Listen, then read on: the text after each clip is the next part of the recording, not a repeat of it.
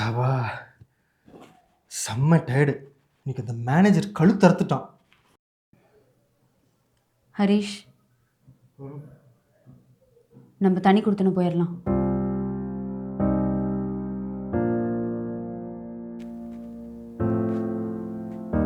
புரியல. நம்ம தனி கொடுத்துன்னு போயிடலாம். ஏன், என்னாச்சு? எனக்கு இங்க செட் ஆகல. செட் ஆகலனா? எனக்கு இங்க செட் ஆகல. சும்மா செட் ஆகலன்னா எனக்கு எப்படி தெரியும்? என்னன்னு சொன்னா தானே தெரியும். எனக்கு உங்க அம்மா கூட செட் ஆகல.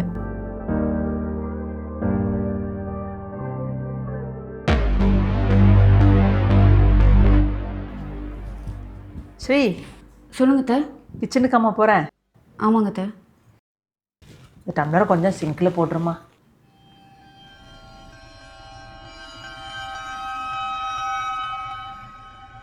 அப்படி சிங்கில் 2-3 பாத்திரம் கிடந்தது, அதையும் கையோட கழுவி வச்சிரியாம்மா. காலையிலேருந்து வலிச்சிட்டே இருக்குது. இதுல என்ன இருக்கு? ஓ, இதுல எதுவுமே இல்லையா? இதுல என்ன இருக்கு? அவங்க குடிச்ச டீ டம்ளரை என்ன கொண்டுட்டு போய் வைக்க சொல்றாங்க. சிங்க்ல இருக்க எல்லா பாத்திரத்தையும் என்ன கழுவ சொல்றாங்க. சரி, அதனால என்ன இப்போ? எல்லா வீட்லயும் இது காமன் தானே. இந்த வீட்டுக்கு நான் வாழ வந்திருக்கேனா இல்ல வீட்டு வேலைக்காரைய வந்திருக்கேனா? ஹே, ஜஸ்ட் பாத்திரம் தானே. ஜஸ்ட் பாத்திரம். சரி, அதுக்கப்புறம் என்ன நினைச்சு தெரியுமா?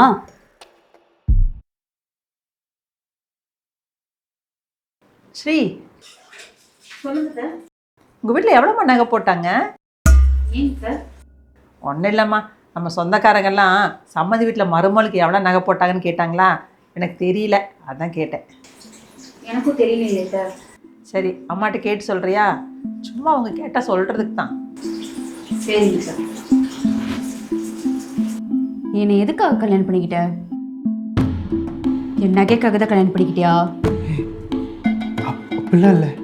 இல்லை இல்லை, பின் எதுக்கு உங்க அம்மா உங்க வீட்டில் உனக்கு எவ்வளோ நகை போட்டு அனுப்பிச்சு விட்டாங்க? என் வீட்டு பக்கத்தில் இருக்கவங்களுக்கு சொல்லணும், சொந்தக்காரங்களுக்கு சொல்லணும், அதையே துருவி துருவி துருவி கேட்டுட்டு இருக்காங்க. சரி, இது கூட பரவாயில்ல. அதுக்கப்புறம் ஒன்று சொன்னாங்க பாரு. ஸ்ரீ, தண்ணி நிறையா செலவாச்சுன்னா காசு நிறையா செலவாகுன்னு சொல்லுவாங்க, பார்த்துக்கோ.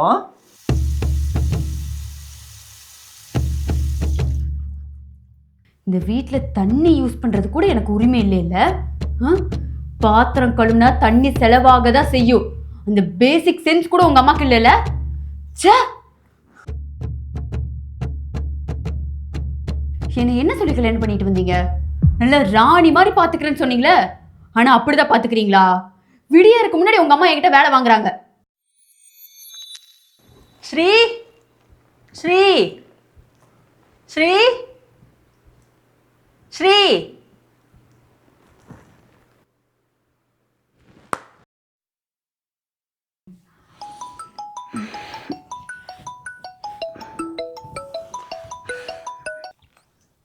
ஹலோ, சொல்லுங்க அத்தை. நல்ல தண்ணி வருதுமா, நான் தண்ணி பிடிக்கணும். நீ வந்து வாசு தெளிச்சு ஒரு கோலம் மட்டும் போட்டு விட்டுறியா?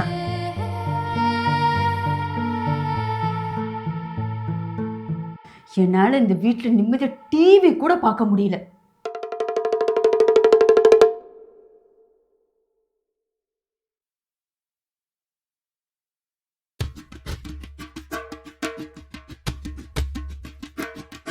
ஸ்ரீ, சொல்லுங்க அத்தை. விஜய் டிவியில் பாக்கியலட்சுமி நாடகம் போட்டிருப்பான், கொஞ்சம் மாத்திரியாமா?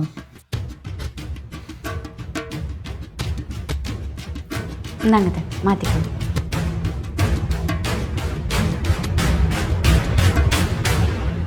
எப்ப பார்த்தாலும் டிவி டிவி டிவி. ஒரு தண்ணி குடிக்க கூட உங்க அம்மா சோஃபா விட்டு எந்திரிக்க மாட்டேங்கிறாங்க. ஸ்ரீ, அத்தை. தண்ணி பிடிச்சிட்டு போறியாம்மா?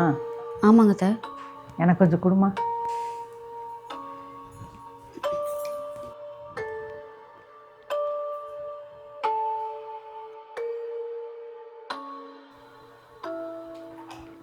நீ சாப்பிட்டியாம்மா? இல்லத்த, காலையில் லேட்டாக தானே சாப்பிட்டேன், அதனால பசிக்கல. நீங்கள் சாப்பிட்ருங்க. ஹரிஷனையும் நாளைக்கு கோயிலுக்கு போகிறீங்களாம்மா?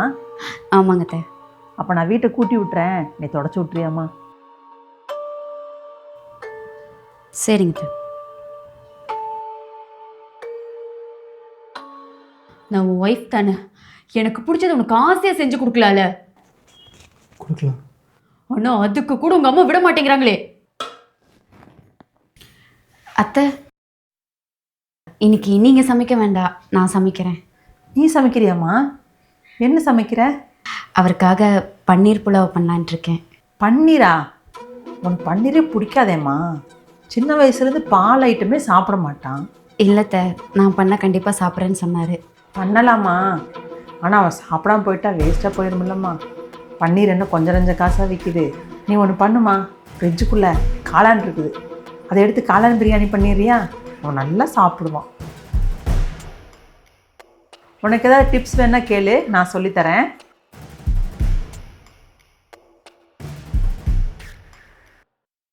புதுசாக கல்யாணம் ஆனவங்க சந்தோஷமாக தனியாக இருக்கணும், கொஞ்சமாவது ப்ரைவசி கொடுக்கணும். அதை விட்டுட்டு எப்போ பார்த்தாலும் கூடவே இருந்து உயிரை வாங்குறது. அம்மா, கோயிலுக்கு போயிட்டு வந்துடுறேன். ஹரிஷு, நானும் வரேங்கன்னு. நீங்களும் வரீங்களா? சரி வாங்க போகலாம். ஏங்க, பைக்கில் 2 பேர் தானே போக முடியும்? ஆமாம்ல, பைக்கில் 2 பேர் தான் போக முடியும். ஆட்டோவில் போய்க்கலாம். ஆட்டோவில் போய்க்கலாம்மா? ஏய், நீ நினைக்கிற மாதிரிலாம் இல்லை. இவ்வளோ நாள் நாங்கள் எங்கே வெளியே போனாலும் நானும் அம்மாவும் சேர்ந்து தான் போவோம். நம்ம 2 பேரும் போகும்போது அம்மா கூட வரணும்னு ஆசைப்பட்டாங்க, அவ்வளோதான். ஆசைப்படலாம்ப்பா, ஆசைப்படலாம், தப்பே இல்லை. ஆனால் இப்போதான் உனக்கு கல்யாணம் ஆயிடுச்சு, பொண்டாட்டின்னு ஒருத்தி நான் வந்துட்டேன்ல. இதுக்கப்புறமா அதே மாதிரி ஆசைப்பட்டா அப்ப நான் எதுக்கு இருக்கேன்?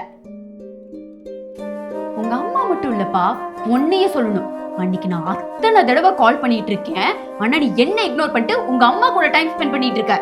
அப்புறமா மருமக கூட எல்லாம் செட் ஆயாச்சா? அதெல்லாம் ஒரு பிரச்சனையும் இல்லைப்பா, நான் நல்லா இருக்கேன். எனக்கு நீங்கள் 2 பேரும் ரொம்ப சந்தோஷமாக இருக்கணும், அதுதான் முக்கியம். ஹலோ, ஏங்க எங்கங்க இருக்கீங்க? மேலே வாங்க. வந்துடுறேம்மா. ஸ்ரீ கூப்பிட்றாளப்பா? ஆமாம்மா. சரி நீ சொல்லு. அதெல்லாம் ஒன்றும் பிரச்சனை இல்லைப்பா.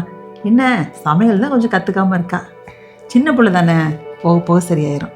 நானே கல்யாணம் பண்ண புதுசில் இப்படி தான் சமையல் தெரியாமல் தடுமாறிட்டு இருந்தேன். அப்புறம் பிக்கப் பண்ணிக்கலையா, எல்லாம் சரியாயிடும். சரிம்மா. ஹலோ. ஏங்க இன்னும் என்னங்க பண்ணிட்டு இருக்கீங்க? மேலே வாங்க. கீழே தாம்மா இருக்கேன், இரு வந்துடுறேன். சரிப்பா, நீ போப்பா. என்னம்மா நீயும் இப்படி பேசுகிற? இந்த மாதிரி நம்ம உட்காந்து பேசி எவ்வளோ நாள் ஆச்சு?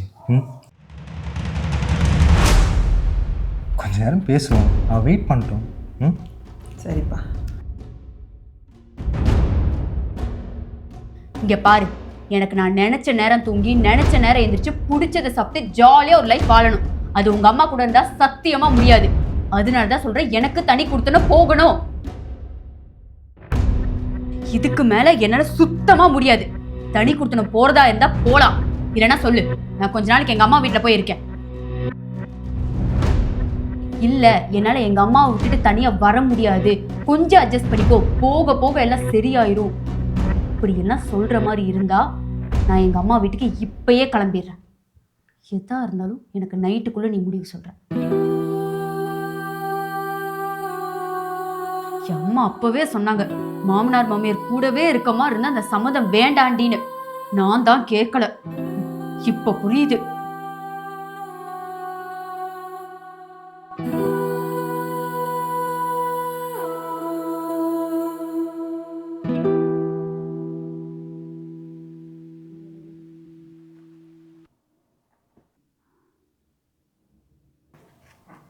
மா மா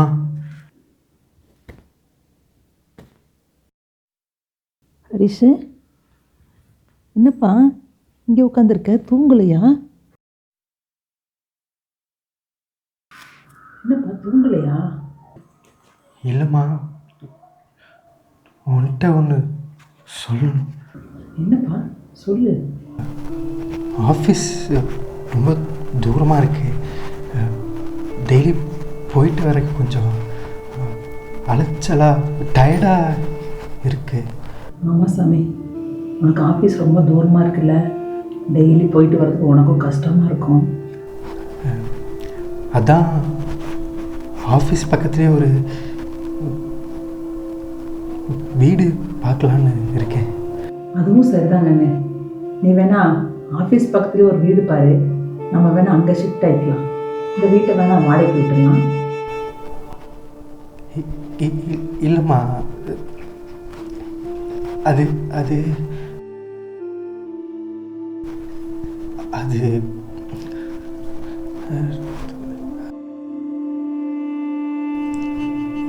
அது வந்து ஹரிஷு, இது அப்பா ஆசாசியாக கட்டின வீடுடா. இதை வாடகைக்கு விட்டுட்டு வர்றதுக்கு எனக்கு மனசுக்கு என்னமோ கஷ்டமாக இருக்குது. நீ ஆஃபீஸ் பக்கத்தில் வீடு பார்க்குறீல, அங்கே நீயும் ஸ்ரீயும் போய் இருந்துக்கங்க. நான் இங்கேயே இருந்துக்கிறேன்டா. நான் வேணா அப்பப்போ வந்து உங்களை பார்த்துக்கிறேன்.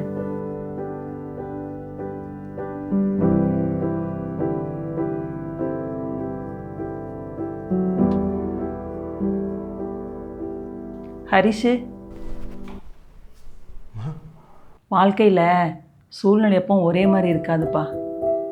அம்மாவுக்கும் வயசாகிட்டே வருது. இனிமேல் உனக்கு எல்லாமே உன் பொண்டாட்டி தான்ப்பா.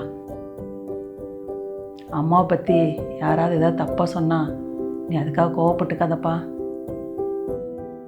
அம்மாவை பற்றி உனக்கு தெரியும், உன்னை பற்றி எனக்கு நல்லாவே தெரியும்ப்பா. சந்தோஷமாக போயிட்டு வா சாமி.